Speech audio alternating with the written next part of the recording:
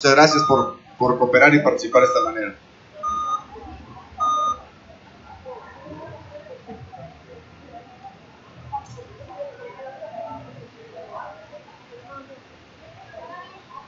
Muy bien, vamos a empezar pues por cuestiones del tiempo también y tratar de ser lo más puntuales como iniciamos a las 10:30 de la mañana. Y bueno, habrá que extendernos en algunos momentos, dependiendo también sus comentarios, sus preguntas y respuestas. Les recuerdo la página de internet, el hashtag CCK News, para que nos puedan seguir, y pueden poner www.ccknews.tv en su Facebook para que entren en vivo a la sesión de este video. Doctor Zarelli, ahora sí, le ofrezco unas disculpas y muchas gracias. Al contrario, César, muchas gracias por estar por acá. Conozco a varios de ustedes, nos dedicamos a lo mismo, hacemos lo mismo. Hacen entrevista muchos de ustedes de manera cotidiana. Entonces, yo me dedico también a la docencia. Entonces, al dedicarme a la docencia, decidí escribir un libro que recientemente me publicó por RUA. Entonces, dirigido sobre todo a los chavos que estudian comunicación. Y ahí establezco algunas lecciones que me parece que son fundamentales para los que se dedican al campo de la comunicación, que creo que los que ya estamos metidos en esto también nos puede ser de cierta utilidad. Voy a hablar ahora, el libro se llama Entrevista Periodística en 15 lecciones, y creo que por eso César me invitó, porque le acaba de salir este libro, afortunadamente me lo publicó por RUA, y pues dio el tema nuestro amigo César y nos invitó para estar aquí. Obviamente que no puedo comentar estas 15 lecciones que tengo en el libro, que está pensada de manera didáctica para los alumnos, los que se estén iniciando en estas cuestiones.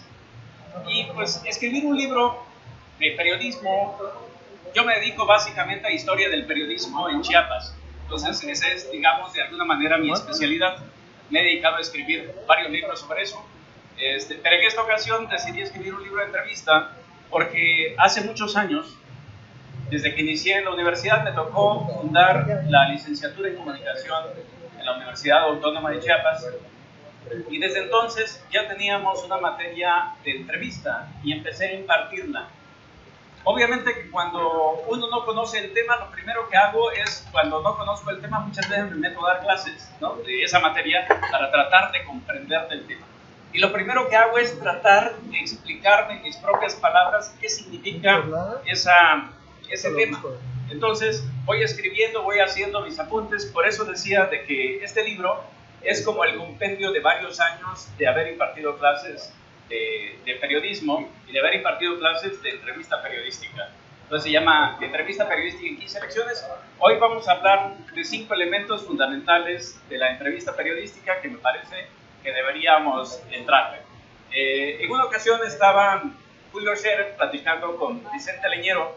Ustedes saben que Julio Scherer es el creador del periodismo moderno en nuestro país, que fue expulsado de Excelsior, luego fundó la revista Proceso y se llevó como subdirector al escritor, al novelista, al dramaturgo Vicente Leñero.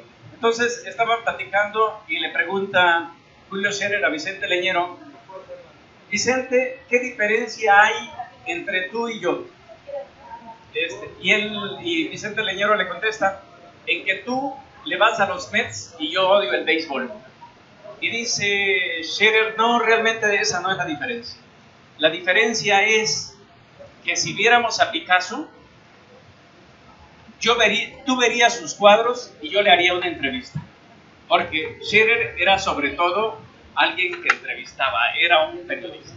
Entonces, los que nos dedicamos a la comunicación, sobre todo ustedes que se dedican más a la comunicación, varios de ustedes que están acá, pues tienen como herramienta básica la entrevista. Tienen que hacer entrevistas desde que amanece hasta que anochece. Es como la columna vertebral del periodismo. Desde el primer día hasta el último día, el comunicador va a estar haciendo entrevistas. No le va a quedar de otra, va a tener que reunirse con la gente. Y a veces damos por sentado que como lo hacemos todos los días, lo hacemos bastante bien.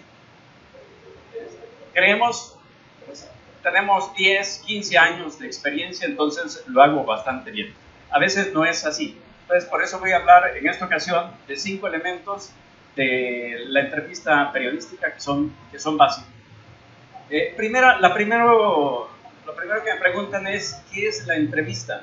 Y la entrevista es un tanto difícil a veces de definir, pero quiero recordar el origen de la palabra entrevista, que es entrevoir, entreverse.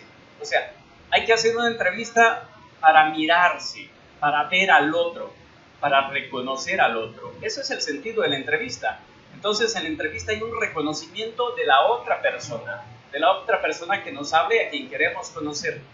Entonces, bueno, voy a hablar de estos 5 elementos de la entrevista. La primera se los planteo, se llama preparación. Creo que todos, hasta los que tienen 20, 30 años en el oficio, deben prepararse. O sea, y lo hacen a veces de manera inconsciente porque ya es parte de su rutina de trabajo y no lo ven como algo ajeno, como algo del otro mundo. Entonces lo hacen, pero los chicos hay que decirles de que hay que prepararse, de que hacer una entrevista no es nada más acercarse al primero que se me acerque, al primero que yo encuentre y ya. Muchas veces sí lo hacemos porque son entrevistas de banqueta y estamos, pues, que si llega alguien tenemos que entrevistarlo, pero para eso necesitamos preparación, no cualquiera lo podría hacer. Nos encontramos a un funcionario en la calle, podría ser que lo podríamos entrevistar, pero si no sabemos de qué va el tema, no lo podríamos hacer. Entonces, bueno, vamos a hablar de este primer elemento, que es la preparación. En este libro que tengo, divido la preparación en 2 elementos. Una preparación permanente, le llamo, y una preparación inmediata. La preparación permanente, les explico a mis alumnos, es como un asunto de cultura general. O sea, es un asunto de acercarse a todas las manifestaciones artísticas que podamos, para que tengamos tema para hablar. Esto va vinculado no solo con la lectura, esto va vinculado a acercarse, por ejemplo, a una conferencia, porque aquí conocemos, vemos qué piensan nuestros compañeros de la comunicación. Entonces, tenemos que asistir a ciertos encuentros. Por ejemplo, yo les digo, deberíamos tener una canasta básica cultural del comunicador. Así como tenemos una canasta básica para nutrirnos, debemos tener una canasta básica cultural. Entonces, ¿en qué consiste esto? Y los hay en otros países. Por ejemplo, debería ser un derecho leer un libro, debería ser un derecho asistir al cine, asistir al teatro, a un concierto, también, por supuesto, a exposiciones artísticas. En esto no debería estar ajena ninguna persona, pero sobre todo a las estudiantes de comunicación y los que nos dedicamos al mundo de la comunicación. Hay cifras, por ejemplo, ¿cómo andamos en estos datos? Primero, voy a hablar de la lectura. A nivel mundial, el país que más lee es Finlandia y Japón. Leen 47 libros al año. En Japón tenemos los periódicos que más se leen. No están en Estados Unidos, no están en Inglaterra, están en Japón. El Yomiuri y el Shimbun están en Japón y tiran 14 millones de ejemplares. En México apenas andamos en los 100,000 ejemplares y ya es bastante. Entonces, el índice de lectura es muy, muy alto. 47 libros al año en Finlandia. En México, la última cifra que tenemos es que ya alcanzamos 5.4 libros de lectura al año. De estos, 3.5 son de lectura por gusto. Entonces, hace 10 años que cuando se incluyeron con Chiapas, 597. aparecíamos, hace 5 años que leíamos por gusto un libro al año. Chiapas aparecía con 1.8 libros, 0.8 libros. O sea, ni siquiera terminábamos el libro en términos generales. Eso es normal. En una sociedad pues, que tenemos mucha pobreza, pues difícilmente nos vamos a acercar a estos niveles de lectura.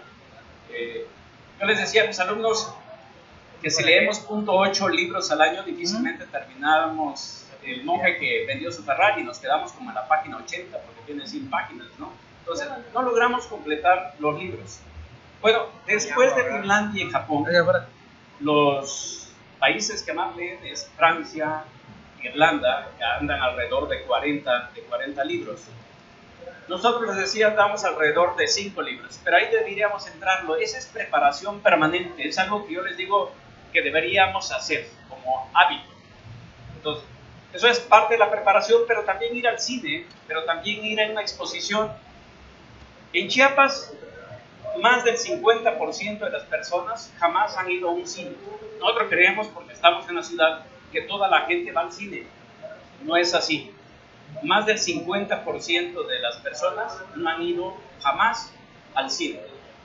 El 70% no han ido jamás a un museo. Casi el 60% no han ido a un concierto. Y cuando han ido a un concierto de banda, de norteña y este tipo de cosas. Las cifras están del consumo de consumos culturales. No es que sea malo ir a un concierto de banda y eso, para nada, ¿no? El problema es que parece que es lo único que consumimos. Entonces, creo que el primer requisito es esta preparación que implica la lectura. Pero les decía que la preparación tiene dos elementos. La preparación permanente, que es la cultura general, y la preparación inmediata. Yo les decía, vamos a entrevistar a alguien, pues si vamos a entrevistar a alguien, habría que prepararse. Sobre todo si hacemos una entrevista de semblanza, ¿no?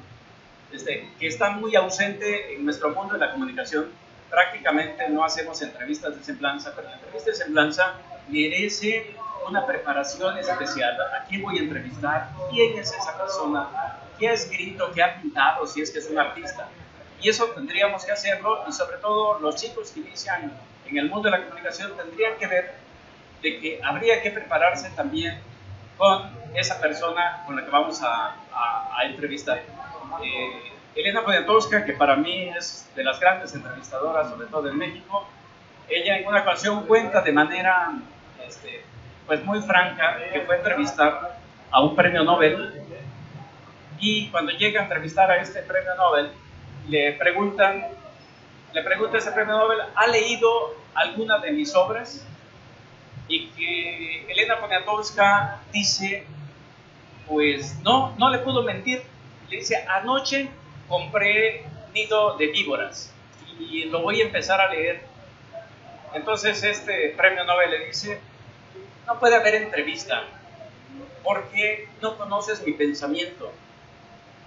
Entonces Elena le dice, oiga, pero coménteme cuál es su libro más famoso, su libro preferido. Le dice, es que si usted no ha leído mi trabajo, ¿para qué hablamos? Entonces tendríamos que revisar los trabajos de las personas, sobre todo a quien vamos a entrevistar. Entonces este es el primer elemento, y el segundo elemento va muy vinculado a esto, que es elaborar un cuestionario. A veces nos los queremos grabar en la memoria lo que investigamos, pero no es así. Yo les digo, elaboren un cuestionario. La mejor entrevistadora del mundo, reconocida por todos, dice Oriana Fallaci, dice que elaboraba alrededor de 100 preguntas. Al final se quedaba con 50. No es necesario tanto. Yo en mi libro digo por lo menos unas 10, nos aventamos. Hay gente que tiene experiencia y se lo graba en la memoria, ¿no? Y lo trae por acá y no le cuesta en ningún momento, los que ya tienen experiencia, pero un chavo que está empezando es necesario que haga este trabajo. Otro elemento que me parece que es importante es saber escuchar. Y en esto no tengo ninguna duda que quienes saben escuchar son sobre todo las mujeres. Pero es una habilidad que también había que trabajar. No se nace sabiendo escuchar. En esta novela de Momo, de Mike Holland, dice que Momo era sumamente querida, porque Momo tenía algo. Momo sabía escuchar. Dice que cuando alguien se acercaba a Momo, Momo escuchaba de tal manera que a las personas tontas se le ocurrían cosas inteligentes. Entonces, hay que saber escuchar, hay que tener como que los oídos preparados para saber lo que nos están diciendo para que podamos preguntar. Y dice que Momo no escuchaba como cualquiera, Momo escuchaba con mucha simpatía. Y creo que eso hace falta a los periodistas, a los que nos dedicamos a la comunicación, escuchar con simpatía. Por eso Momo era muy querida en el pueblo. Entonces, llevamos esos tres elementos. Creo que no podemos hacer una buena entrevista si no nos preparamos. Tampoco si no elaboramos un cuestionario, aunque sea mental. Muchas veces tenemos un cuestionario mental. Y otra, que tenemos que saber escuchar. Hay otro elemento Y eso no nos corresponde a nosotros, pero lo tenemos que manejar para que no toda la culpa se nos eche a nosotros. Hay otro elemento que sería el cuarto, y yo digo que deberíamos tener un buen entrevistado. A veces dicen no hay malos entrevistados. No es cierto, hay algunos muy malos, o sea, algunos que no hablan, que no les sacas nada. Se ha mitificado mucho este asunto de que solo hay malos entrevistadores, malas entrevistadores, pero malos entrevistados. No es cierto, también hay pésimos entrevistados. Por ejemplo, alguien que se gana el consenso de pésimo entrevistado es Lionel Messi. No hay quien que lo haya entrevistado y que diga que es un estupendo entrevistado, para nada. Los grandes entrevistadores han fracasado cuando entrevistan a Lionel Messi. Y para muestras, cuando gana la Liga Española, a Messi no le gusta hablar. Dijo en esa ocasión, en mayo de 2011, cuando ganaron, ¿sabes? Dijo, el 29 que ganemos la Champions League, voy a venir y voy a hablar. Ganó la Champions League, regresó y regresa al Nou Camp y dice, bueno, como les prometí que hoy iba a hablar, pero la verdad es que no tengo nada que decir. Y esa fue su frase. Entonces, y así ocurre. A veces se ha mitificado y se cree que solo hay malos entrevistadores, pero también hay malos entrevistados, malas entrevistadas, que se cierran en su mundo, que no quieren hablar. Otro mal entrevistado era Mitchell, un actor, que no lo sacabas de un sí, de un no. Es el tiempo. Tengo mucho tiempo, yo pensé que me estaba yo precipitando.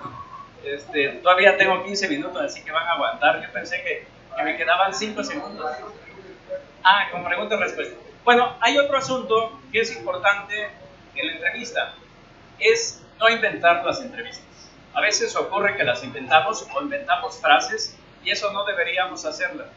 Hay un caso, el de Janet Cook, que es singularísimo, porque Janet Cook entrevista a un chiquitito de 8 años, supuestamente que se inyectaba heroína. Imagínense a los 8 años inyectándose heroína.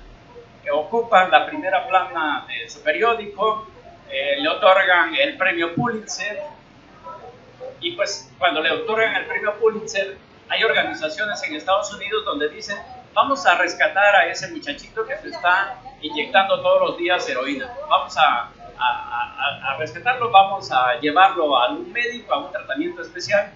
Y es cuando empiezan a preguntarle a Janet Cook qué pasa, y empieza a caer en su mundo de mentiras.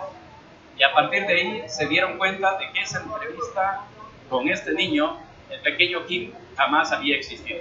Entonces, en el periodismo y sobre todo en la entrevista no se vale mentir, no se vale inventar entrevistas, tampoco inventar declaraciones. Digo muchas cosas más ahí en el libro, tiene como 300 páginas creo, son varias lecciones, pero hablé de estas 5 que me parece que son fundamentales, que es la preparación. Los comunicadores aquí experimentados lo saben, se preparan, leen los periódicos por la mañana, leen revistas, echan una ojeada a los libros. Decía Manuel Buendía que una de las fórmulas para no salir de la mediocridad era leer un solo periódico al día, una revista a la semana y un libro al mes. Era un estupendo escritor, un estupendo periodista, y brilló y sigue brillando, yo creo, por esa disciplina que tenía de buscar otro tipo de información. Entonces, la preparación es fundamental. También, por supuesto, elaborar un cuestionario, saber escuchar, les decía, no inventar entrevista, y tampoco la quinta no se debe a nosotros, se debe a los otros, que también se vale culpar, que también hay malos entrevistados, y no solo hay buenos entrevistados. Gracias. Bueno, creo que hay alguna, si alguien tiene alguna pregunta, lo comento. Sí, perfecto. Muchas gracias. Freddy López Arévalo. Primero, antes que nada, felicitarte, César Cancino, por esta iniciativa, una iniciativa de corresponsales ciudadanos que sin lugar a dudas va a cambiar la dinámica del periodismo en Chiapas. Esperemos que estos corresponsales ciudadanos estén en todo el territorio estatal, que tengamos información en el lugar de los hechos, Los periodistas en Tuxtla normalmente, y lo digo en un tono de crítica, no salen de la ciudad, no salen del centro de Tuxtla Gutiérrez, no salen del Congreso, no salen del Palacio de Gobierno, no salen del Palacio Federal, no van a donde están los hechos que suceden. El territorio es muy grande, es muy amplio, y los hechos acontecen muchas veces fuera de la ciudad. Efectivamente, hay muchas cosas que aporta Sarely Martínez, un doctor con una trayectoria ya importante, ahora convertido en un analista con reconocimiento a nivel estatal en los medios de comunicación, con muy buen tino, con muy buena preparación, pero también tengo algunas observaciones. Efectivamente, en otros países, y mencionabas los países escandinavos, tienen un nivel de lectura mayor porque efectivamente tienen el nivel de vida más de mayor confort, y tienen más tiempo libre, y tienen más recursos, y tienen pues cero analfabetismo. No podemos comparar una realidad de Escandinavia sin comparar nuestra propia realidad y sin hacer el contrapunto. No tenemos periódicos con grandes tirajes aquí, porque los periódicos cuestan por lo regular 2 kilos de tortilla. La gente no tiene para comprar un periódico, porque antes tiene que comprar su tortilla. En Guatemala, que es un país vecino con índices de analfabetismo que llegan al 70%, Prensa Libre llega a tirar hasta 120,000 ejemplares los días domingos. Pero allá cuesta centavos el periódico, porque la utilidad de la empresa periodística no está en la venta del periódico, sino en los anunciantes. Esos periódicos con grandes tirajes viven de sus anunciantes. Los periódicos en Chiapas, y hablo particular de nuestro contexto, viven de la publicidad gubernamental y no les importa el lector. Prácticamente se llenan de comunicados, sus periodistas no exploran más allá de lo que acontece también en la esfera gubernamental, en la esfera del Parlamento, en la esfera de las instituciones, y muy pocas veces van al uso de los géneros, al encuentro con la vida cotidiana, con lo que los norteamericanos le llaman el short history, es decir, la historia breve, la historia corta, la historia de vida, y es lo que convoca a los lectores a hacer atractivo un medio de comunicación. Las estadísticas son buenas, mi querido profesor, doctor Sarely Martínez, pero hay que hacer el contrapunto, porque si hay poca lectura también, porque hay poco poder adquisitivo, porque tenemos un analfabetismo, un índice muy elevado, porque los medios no hacen bien su trabajo, y eso lo está demostrando ahora las redes sociales. El gran auge de las redes sociales, ya no solo hablo de Facebook, que aquí somos más facebookeros que tuiteros. El Twitter tiene una gran audiencia a nivel nacional, a nivel internacional, pero no podemos interactuar, lo que nos permite el Twitter. Y también la gran sorpresa es el WhatsApp. Yo, por ejemplo, tengo 1,500 contactos, y allí me sorprendía el amigo de Aquí Noticias, que dice que tiene 3,000 y tantos contactos que reciben la noticia al momento mismo en que se está produciendo. Los periódicos, además de que ensucian las manos, esto es verdad, ensucian las manos, pues son caros y no tienen contenidos. Lamentablemente estamos estamos presenciando nosotros y las nuevas generaciones la extinción de estos medios de comunicación por la sustitución de las redes sociales, la inmediatez de la noticia. La entrevista es uno de los géneros periodísticos donde los grandes maestros del periodismo nos han dicho: el entrevistador primero tiene que conocer efectivamente al entrevistado, y segundo, pues el entrevistado tiene que ser un personaje de interés, porque si no, ¿para qué lo vas a entrevistar? Es decir, lo mismo puede ser la señora que vende quesadillas en un mercado, ¿verdad?, que puede ser un actor político, un actor social en nuestro contexto. El interés varía de acuerdo al interés de nuestra comunidad.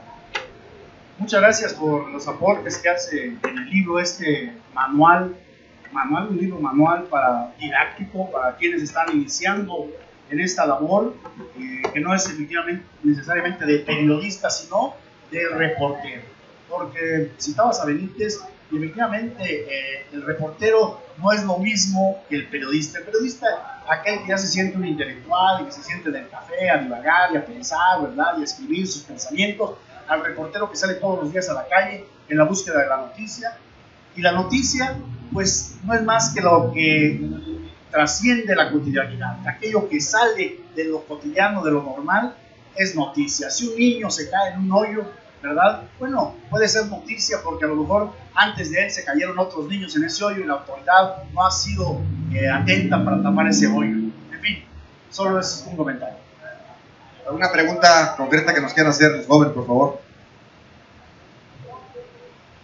Ok, nosotros como estudiantes nos vamos a enfrentar pues a lo que es la entrevista amateur o principiantes. ¿Cómo reaccionar ante un entrevistado que te conteste con preguntas así de sí, no? ¿Cómo nosotros podemos reaccionar a eso? Bueno, se encuentra uno ante esto. Larry King tiene por ahí un libro también sobre entrevistas muy interesante, el gran conductor de la televisión norteamericana. Él decía que en una ocasión invitó a un piloto a entrevistarlo a la cabina de radio y tenía una hora todavía por delante y el piloto era sí, no, estaba muy nervioso y que dice, tiene uno que buscar por dónde vienen los nervios. A veces la persona está nerviosa y por eso dice sí, no, y hay que infundirle confianza. Dice, y que le hizo una pregunta a Larry King a este piloto, ¿usted cuando piloteaba aviones de casa tenía miedo? Dice, no. Dice, entonces, ¿por qué ahora que está ante un micrófono que no tiene ningún problema, tiene tanto miedo? Y que a partir de ese momento el piloto se abrió. Entonces, sí tenemos que infundirle confianza, pero hay personas como Lionel Messi que no necesita más confianza, que no habla y que no le gusta, o ciertos políticos que no están de humor para hablar. Yo les comentaba, voy a retomar esto de las lecturas, porque Francia está con 40 libros al año y Francia quedó destruida en la Segunda Guerra Mundial, en la pobreza y con una ayuda después del Plan Marshall, etcétera.